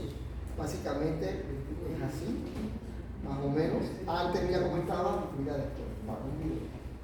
¿Okay? Y ahora le hicimos párpados y le hicimos además lifting de la mejilla y del cuello. Ok, y otra cirugía muy común, el aumento mamario. Es una cirugía que se viene haciendo desde 1981. Ningún implante es eterno, quien diga eso está mintiendo, ningún implante es eterno, hay que recambiarlos cada 10 o 15 años, se puede hacer por la axila, por el surco, por el ombligo, pero lo que más se hace es por la areola o por el surco. El plano generalmente es submuscular para que cuando te hagas los implantes no haya interferencia con los estudios diagnósticos. Las mujeres que más se ponen implantes son las chinas, nunca tienen senos. Las americanas seguido, que les gusta grande, a las americanas les gusta grande. Las brasileñas, luego las de India y luego las mexicanas, que son bien importantes. Entonces Entonces hay dos formas de poner los implantes, detrás del músculo o detrás de la glándula. A mí me gusta ponerla detrás del músculo. Si bien es cierto, el músculo no realmente es un plano dual, porque va a cubrir más o menos hasta aquí el músculo. La porción inferior ya es un plano subcutáneo, pero cubre gran parte del músculo. El músculo cubre gran parte del implante. Y esta es más difícil porque sencillamente cuando te hacen un ultrasonido, el radiólogo batalla por definir qué es glándula y qué es implante. Que la tienes detrás del músculo es más fácil. Entonces aquí tenemos un caso, una hipoplasia severa de mamas. Aquí la tienes antes, la tienes después. Se le coloca un implante redondo de 375 cc texturizado. La incisión, en este caso fue el sur. Entonces acá tenemos otro caso. Siempre es importante que sepan que ninguna mama es igualita a la otra. Siempre hay asimetría, una más grande que la otra, o el surco no está simétrico. Entonces ahí la ven antes, aquí la ves después. Esto es para ilustrarle algo que se llama mama tuberosa. No sé, aquí en Panamá abunda la mama tuberosa, no sé por qué, pero hay bastante mama tuberosa. Hay como un anillo constrictor en la base que hace ver la mama en forma de cabecita de Snoopy. Mira, que hay más severas, mira, ¿verdad? Pero esto se reconstruye y se quedan muy bonitas. Una de las complicaciones del aumento mamario son que el cuerpo puede encapsular la mama y la desplaza. Toda persona que le llegue con implante mamario y le diga de repente es que yo tenía mis mamas bien, pero de repente esta mama se me ha ido subiendo, lo que ha ocurrido es que ha habido una retracción capsular. Es rara, ocurre como un 3% de las pacientes, pero hay contracturas capsulares. Esto es lo que es la cápsula, es el tejido que se forma alrededor del implante y lo pone duro y lo deforma. Entonces por eso es que las mamas cambian en el tiempo en las personas que llevan cápsula. Sobre esto de la cápsula también se ha descrito una vaina bien rara que ocurre también alrededor de prótesis de rodillas, alrededor de marcapasos, que es un linfoma de células gigantes. Y ocurre muy poco, pero toda paciente que tiene implantes, que consulta porque súbitamente empezó a crecer el seno, tú debes pensar en eso. Con un líquido inflamatorio. Aquí tienes cuando hay ruptura de implante, que hay que hacer recambio, como se ve, se lava bien la cabeza y se pone un implante nuevo. Estas son las cosas que uno debe evitar. Una niña que mide 1.55 y le vas a poner 650 cc. ¿Qué cabeza cabe eso? Pero bueno, el cirujano que yo no lo sé. Entonces, tosis mamaria. Ok, aquí es un concepto que quiero que ustedes me digan. Por ejemplo, ¿quién de las doctoras me puede decir o considera qué es una mama caída? En sus propias palabras. ¿Qué sienten ustedes que es una mama caída? ¿Qué parámetro tú dices para decir que mi mamá está caída o mi mamá está bien? Los pezones. Los pezones, ok. ¿En qué? ¿En relación a qué? Al surco, correcto, bien. Wow, doctor, usted está estudiando, usted está en la secretaría. Ok, bien. Es correcto. Ok, ¿qué pasa? Es muy importante que la paciente entienda que tú tienes que ver tu tórax, si eres ancha, si es pequeño, y tú tienes que ver la distancia que tú tienes, tu pezón tiene a tu clavícula. La mujer piensa que cuando tú la vas a operar y le vas a hacer un levantamiento de mamas, las mamas van a quedar acá. Y eso no es así. ¿Cómo tú sabes si tu pezón está bien en tu tórax? Sencillamente el pezón debe estar en el tercio medio del brazo, más o menos. Y si está allí, está bien. Entonces, estos son los grados de tosis. Los grados de tosis son grado 1 cuando el pezón es la relación del pezón con el surco. Grado 1 está el pezón. Grado 2 está 2 centímetros debajo del surco. Y ya la tosis severa es 3 o más. Entonces, ¿qué pasa? Hay una pseudotosis porque el pezón está arriba del surco, pero la glándula está abajo. Se llama pseudotosis. ¿Okay? Entonces, ¿por qué? ¿Por qué es importante ese? Porque de repente, ¿de qué caída está la mama cuando va a hacer una mastopexia? En la técnica. Puede ser alrededor de la areola de la vertical, alrededor de la areola de la vertical o en el surco. Entonces, aquí tenemos una tosis grado 1, ¿verdad? Aquí tenemos una tosis grado 2, aquí tenemos una grado 1, que se dice una periareolar, o sea, la cicatriz se hizo alrededor de la areola. Aquí tenemos ya una grado 3, que entonces hay que hacer verticales, que más o menos se ven así. Yo siempre he dicho que una paciente grado 3 nunca va a quedar satisfecha porque ella va a notar que su mama, a pesar de que subiste la mama, siempre la va a tener lejos de la clavícula. Entonces, eso es que yo sepa. Entonces, eso es lo que es la mastopexia. Por ejemplo, aquí hay un caso. O sea que jamás un aumento mamario se puede combinar o comparar con una mastopexia. No se ven igual. O sea que eso es importante que lo sepan. Yo siempre se los digo, pero se les olvida. Abdominoplastia. La abdominoplastia es lo que generalmente se hace en las mujeres. La lipoabdominoplastia, no cuando han tenido a luz. Casi todas las mujeres después que tienen 2 o 3 hijos quedan con un abdomen flácido, con estrías. Quizás las que no han tenido hijos saben a lo que me refiero, las que no han tenido hijos todavía no lo entienden, pero generalmente acuden porque es la redundancia, quieren el abdomen no les gusta. Ya quieren poder lucir su epicote y todo. Entonces existe la abdominoplastía. Bueno, ay sí, es una incisión larga, sí, pero ¿qué pasa? Lo que estamos aquí entendiendo es que vas a tener un abdomen extendido, alargado, ya no lo vas a tener flácido, se va a trabajar en lo que es todo lo que es la pared muscular, se va a aplicar los rectos abdominales que se separaron cuando tuviste los embrazos, tu abdomen de estar plano pasó a estar abombado, y uno diseca hasta los rebordes costales, eso da perfectamente. Tengo una cirugía de más o menos 3 horas, se acompaña de lipo, por eso se habla de lipoabdominoplastia. Importante saber que tiene que tener una buena hemoglobina, bien las proteínas y no padecer de nada. Entonces, todo eso da perfectamente. Después los embrazos, tú sacas la piel y la grasa debajo del ombligo y luego entonces haces lo que se llama la aplicatura de los rectos abdominales. Entonces, esto generalmente colgado puede pesar entre unas 3-5 libras. Las pacientes que han perdido mucho peso masivo, hemos sacado hasta de 12 libras. Eso es interesante y hay bastante flacidez en el abdomen, entonces uno tiene que hacer la aplicatura para que se vuelva a definir lo que es la cintura y el abdomen vuelva a estar planito como lo tenían antes del hiperterismo.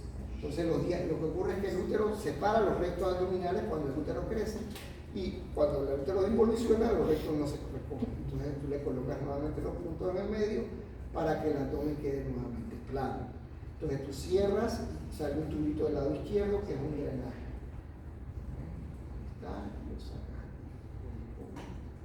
Listo. El chiste de esta cirugía, lo más importante, el estigma es tienes que hacer bonito ombligo para que no se note nada y todo el mundo feliz. Y bueno, eso no, al principio cuando estás empezando jamás lo haces bonito. Conforme va evolucionando los años, tú empiezas y lo pensas, oye, qué bonito. Entonces es interesante, ¿no? Pero es interesante. Y él va, si se hace plástica, va a cosechar todo eso que ya el tipo lo vuelve. Entonces tengo un caso antes, después.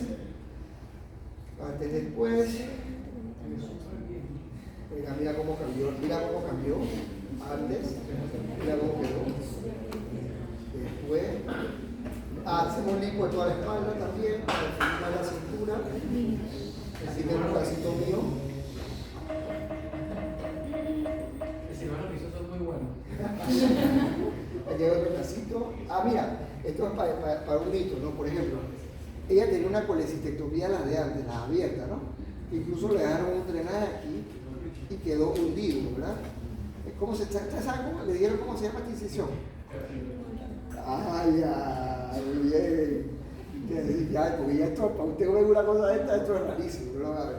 Entonces le hizo una abdominoplastía y había ido a 2 cirujanos plásticos y ninguno se atrevía porque dice que la circulación en esta área iba a estar comprometida. Y bueno, aquí está. Ella me aceptó el riesgo y lo hicimos. Delante del riesgo. Muy bien.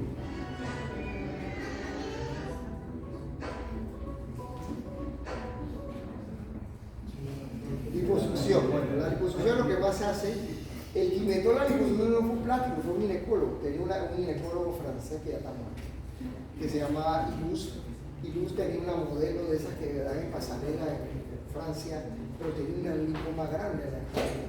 Y las modelos tenían 3 semanas, un mes, un modelaje y dicen, ¿cómo me quito esto? Y bueno, se le ocurrió que traer una pequeña incisión, en vez de abrirla, quitar el lipoma, que es una cicatriz larga, con una cánula se lo aspiró. Y ahí inició todo lo que es la liposucción. Cuando quitas menos de 3 litros y medio, hablas de bajo volumen. Cuando te quitas más de 5, hablas de grande volumen. Entonces, la liposucción que más se usa ahora es el base. El base lo que se hace es, aquí te vamos a ilustrar lo que se hacía antes. Antes, lo que se hacía era que tú venías con una cánula y arrancabas la grasa. Eso era sumamente traumático, sumamente doloroso. Y sí es cierto, sacabas grasa, pero a un costo alto para el paciente, mucha sangre, ¿verdad? Entonces, luego vino el base está basado en el ultrasonido. El ultrasonido calienta la grasa, la derrite, pero a una frecuencia de onda que solamente actúa sobre la célula adiposa. No afecta la fascia, no afecta la ciencia, es increíble cómo avanza.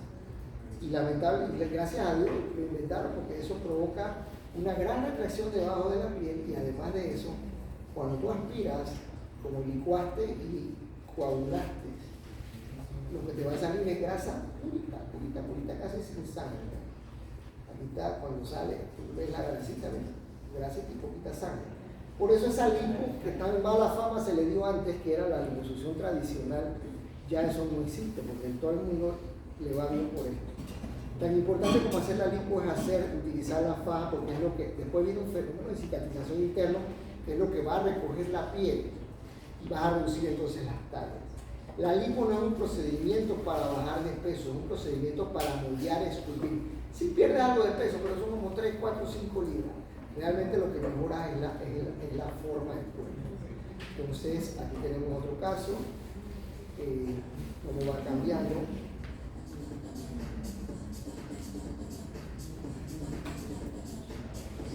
Entonces, eso es importante.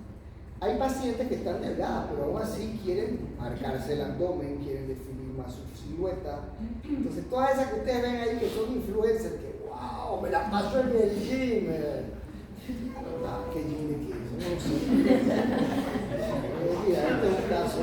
Hoy una, y que me preguntan, ¿quién me hizo las nalgas? ¿Mi cirujano plástico? No, y saca el entrenador atrás de ti.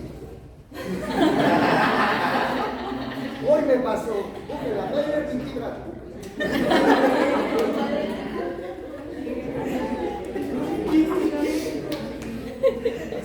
Así es la profesión de ingrata.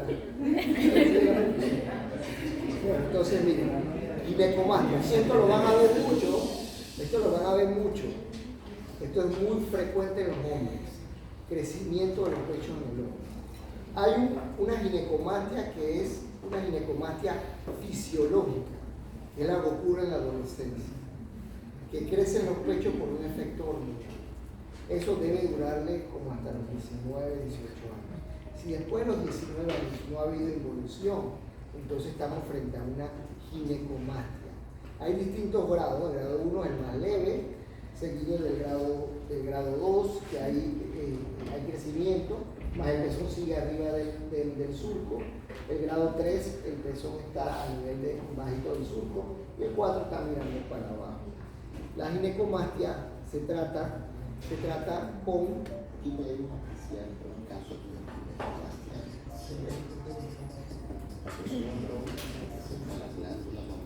esta es la glándula de rojo, grasa. La incisión se hace aquí adentro y lateral.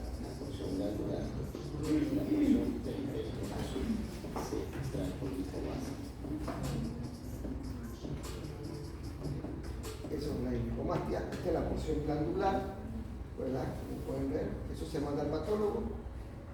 Aumento de glúteos. Bueno, hay distintas opciones quirúrgicas, cómo se aumentan los glúteos. Hay muchas técnicas. Una es la que más se utiliza en la liposucción de la grasa con la lipoinyección, pero no es una técnica inocua. Puede haber infección, como es un injerto, no toda la grasa que se pone de un lado queda igual que del otro lado. Pueden haber asimetrías, como un 20 o 30% se puede absorber. Esto se prepara la grasa, se le quita el exceso de líquido y se inyecta.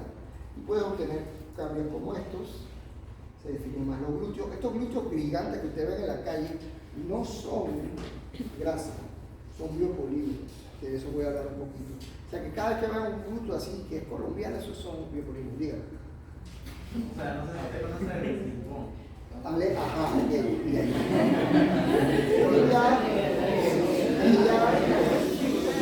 Ella tiene lo que se llama lipedema. pero eso es producido por la obesidad. Okay. El linfedema es un edema de la grasa, ¿entiendes? Y el edema de la grasa puede afectar los glúteos. Yo tengo otro caso de muslos, y los muslos, pero ella no tiene mercurio. Ok, entonces bien. Ok, el otro es el implante glúteo, que también se hace así como hay implante de mama y implante de glúteo, que se hace una incisión en medio de los dos dientes, se mete aquí entonces el implante. Cuando uno se sienta, uno no se sienta en los glúteos, uno se sienta en las tuberosidades isquiáticas. Mucha gente piensa que uno está sentado en la nave, no es así.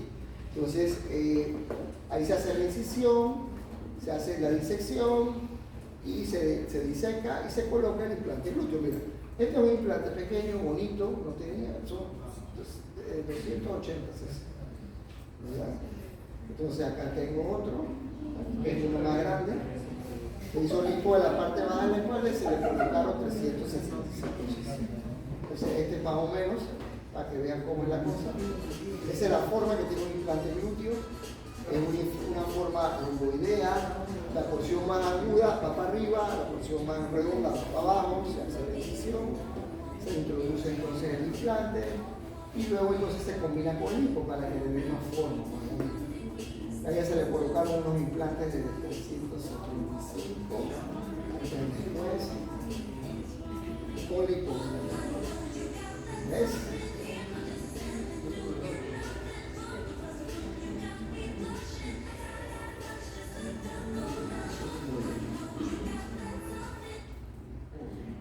Aquí tenemos otro caso. Así se ve inmediatamente después de colocar los implantes. Ahí pueden ver la incisión en el medio, por eso que no dejan incisiones, hay no hay incisiones arriba ni nada, una sola en el medio.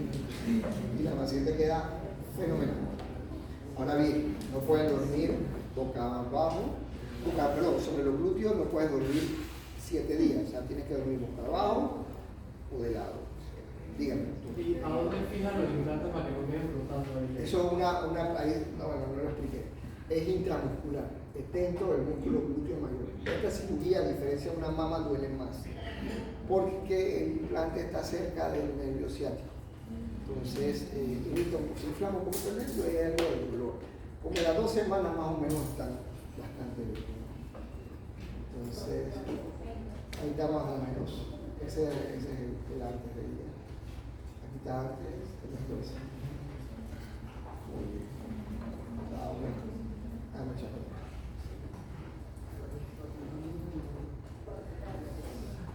Antes, si vale la pena, estas son pacientes muy felices. Toda la vida ya han intentado grasa, no les funcionó bien, todo termina en placer. Aquí está lo que les hablaba, y esto es lo que había preguntado, biopolímeros. Los biopolímeros es algo que se llama halogenosis iatrogénica. Eso ya lo vimos, es una enfermedad incurable, puede tener muchos años, estar dando asintomática y de repente presentar síntomas, ¿verdad? Por presión social, gracias a Dios ya hay tanta gente que sabe de esto que ya no lo hacen, pero antes en los principios en la primera década de este siglo, bastante, se inyectaban silicón líquido, no grado médico, parafina, se inyectaban todas estas áreas, se inyectaban parafina, metacrilato, ácido hialurónico, etc. Y el doctor Ríos, en Colombia, es el que más sabe de esto, Carlos Ríos. Si usted tiene alguna paciente, mándenos que haga el viaje allá para que lo vea y que le diga que lo que conviene, porque ese hombre además se dedica a eso y eso vive. Recibe gente a todas partes del mundo para hacerse eso. Entonces, ¿qué pasa con esto? Esto puede desencadenar un síndrome de Asia, que es un síndrome inflamatorio autoinmune inducida por los biopolímeros. Y se caracteriza por esto, ¿no? Por ejemplo, mialgia, anusitis, debilidad muscular, artralgia, artritis, fatiga, pérdida de memoria, ¿verdad? Y básicamente tú le haces allá marcadores de enfermedad autoinmune y marca. Incluso muchas personas pueden desarrollar esclerosis múltiple por eso. ¿Qué complicaciones? Las inmediatas son los hematomas, la infección, cambio local y la fistulización. Eso lo hacen en la espada, en el tipo con palangana y te empieza a poner el silicón así como lo ven. Entonces llegan a la clínica con enrojecimientos, con cambios de coloración, con abscesos. Entonces hay que hospitalizarlas algunas, le tienen que dar corticoides, esquiazona, intravenoso, y hay que hacer un estadiaje con resonancia magnética con gadolino, que esta diapositiva se muestra todo esto no viene aquí. Hay que darles antibióticos. Hay una famosa que le dio Alejandra Guzmán, le dio necrosis por biopolímeros. Otros biopolímeros migran y hacen un doble glúteo. Entonces hay que hacer resección en alas de mariposa, subir el glúteo y abajo también, ¿verdad? Y los casos más severos, aceites, hay que amputar los glúteos y hacer pulgados. Entonces, algunas personas lo aspiran, y lo que uno saca básicamente son cristales o plaquitas de silicona.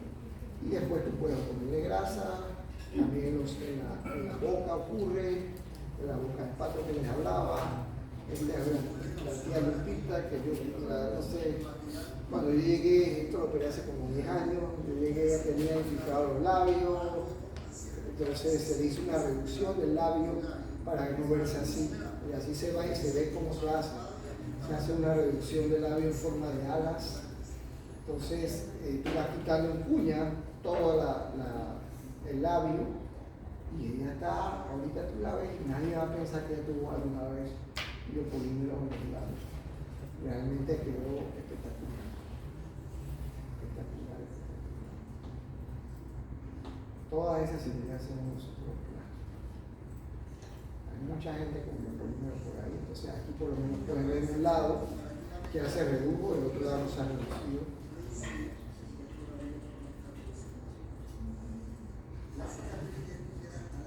Queda adentro, queda justo la línea roja con la línea del rollo blanco.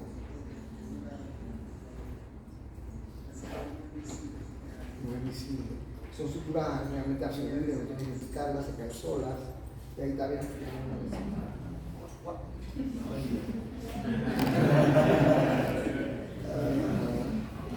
en las manos también. En las manos se maneja picando grasa. Básicamente. Esto es una cosa que se hace para rejuvenecer las manos, la inyección de grasa. Las grasas son células micronutricionales. Y miran cómo mejora la colágena en la mano y la textura de la piel al aplicar grasa en las manos. Hay gente que quiere tener pene grueso, ancho, largo, empiezan a infiltrarse tonterías, terminan con un pene corto, magnificado y en las piernas también. Y bueno, concientizar, educar, orientar es su función como médicos. Y bueno, todo lo que ustedes vean bonito en el mundo siguen estas proporciones de largo por el ancho. 1 en 3,18. ¿Quién fue el que describió esa proporción? El doctor Sergio. No, en serio. ¿Quién? ¿Perdón? La proporción de Auler. La proporción de Auler, exacto. Da Vinci también lo dijo. Auler y Da Vinci lo dijo, pero no sé quién lo dijo primero. No sé quién lo dijo primero. Da Vinci lo pintó, creo. Da Vinci lo pintó, lo plasmó. Así que ya saben, todo lo que les agrada a la vista, sí, esa proporción. Bueno, con esto yo termino el día de hoy y bueno, que gane Panamá.